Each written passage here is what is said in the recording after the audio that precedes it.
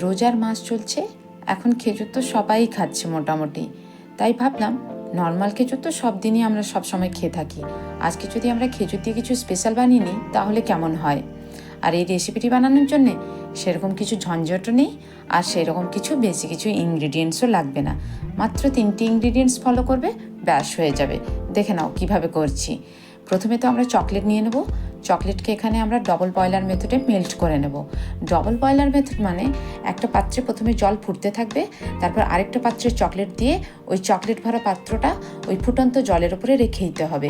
ওই ফুটন্ত জলের উষ্ণতাতেই চকলেটটা কিন্তু গলে যাবে। যখন চকলেটটা মেল্ট হতে শুরু করবে, হালকা হালকা একটু নেড়ে নিতে হবে যাতে ভালোভাবে ওটা মেল্ট হয়ে যায়। যতক্ষণ চকলেটটা মেল্ট হচ্ছে ততক্ষণ চলো অন্য কাজগুলো সেরে নেওয়া যাক। এখানে আমি কিছুটা বাদাম নিয়ে নেব, একটু রেখে দেবো ওটা গার্নিশিংয়ের জন্যে। এই বাদামটাকে আমরা পেস্ট করে নেব, কাইন্ড অফ বলতে পারো পিনাট বাটার রেডি করা। এরপর কিছু বাদাম নিয়ে ওগুলোকে ভালো করে কুচিয়ে নিতে হবে, কারণ এগুলো আমরা স্টাফিংয়ের জন্য ইউজ করব।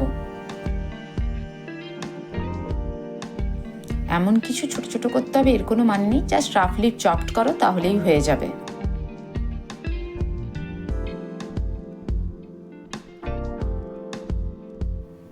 এটা কিন্তু তুমি অনেকটা বানিয়ে রেখে দিতে পারো। এবার দেখো খেজুরগুলো নেবে, হালকা হাতে বীজটা ছাড়িয়ে নিও। যদি হাতে ছাড়াতে না ইচ্ছে হয় সামান্য ছুরিতে হালকা করে কেটে নিয়ে তারপর ছাড়িয়ে নিতে পারো।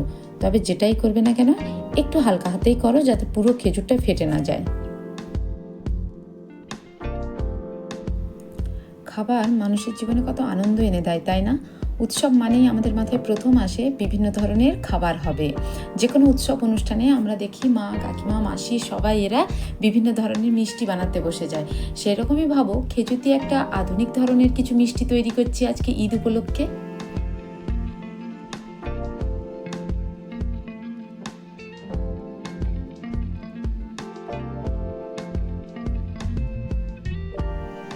এবারে আমরা খেজুরগুলোতে যে বাদাম পেস্টটা রেডি করেছিলাম ওটা ভরে দেব, আর যে কুচনো বাদামগুলো ছিল ওগুলো হালকা হাতে সামান্য একটু ভরে দেব। খুব একটা ভরে ভরে ভরার দরকার নেই, যতটুকু ভরা যায় ব্যাস ততটুকুই যথেষ্ট। খাবার মানুষকে কিভাবে এক করে, তাই না? এই যেমন ধরো বিরিয়ানি, হতে পারে একটা নির্দিষ্ট ধর্মের মানুষেরা সেই বিরিয়ানি খাবারটাকে ইনভেন্ট করেছিল, কিন্তু ভাবো আজকে জাতি, ধর্ম, বর্ণ নির্বিশেষে আমরা সবাই বিরিয়ানি কত পছন্দ করি।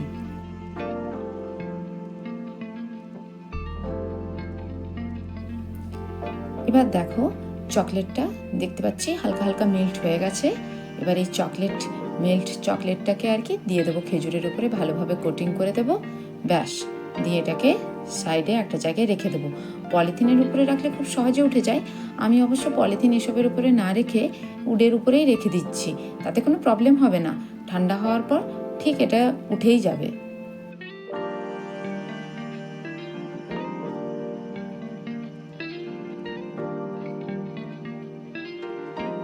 এবার গার্নিশিংয়ের জন্য কিছু কুচনো বাদাম উপরে ছড়িয়ে দেব, দেখতেও সুন্দর লাগবে আর একটা ক্রাঞ্চিনেসও চলে আসবে উপরের মধ্যে। এরপরে এটাকে ফ্রিজে রেখে দেবো 5-10 মিনিট ফ্রিজে রাখলেই হবে, তবে আমি বলবো 15-20 মিনিট রেখো।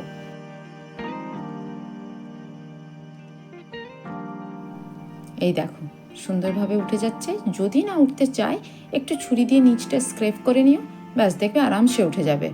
এরপর চলো কেটে নিয়ে দেখা যাক কীরকম দেখতে লাগছে। দেখতে যেমনই লাগুক খেতে কিন্তু খুব ভালো হয়েছে। তোমরা ট্রাই করো আর আমায় কমেন্ট সেকশানে জানিও তোমাদের কেমন লাগলো। হ্যাপি ঈদ।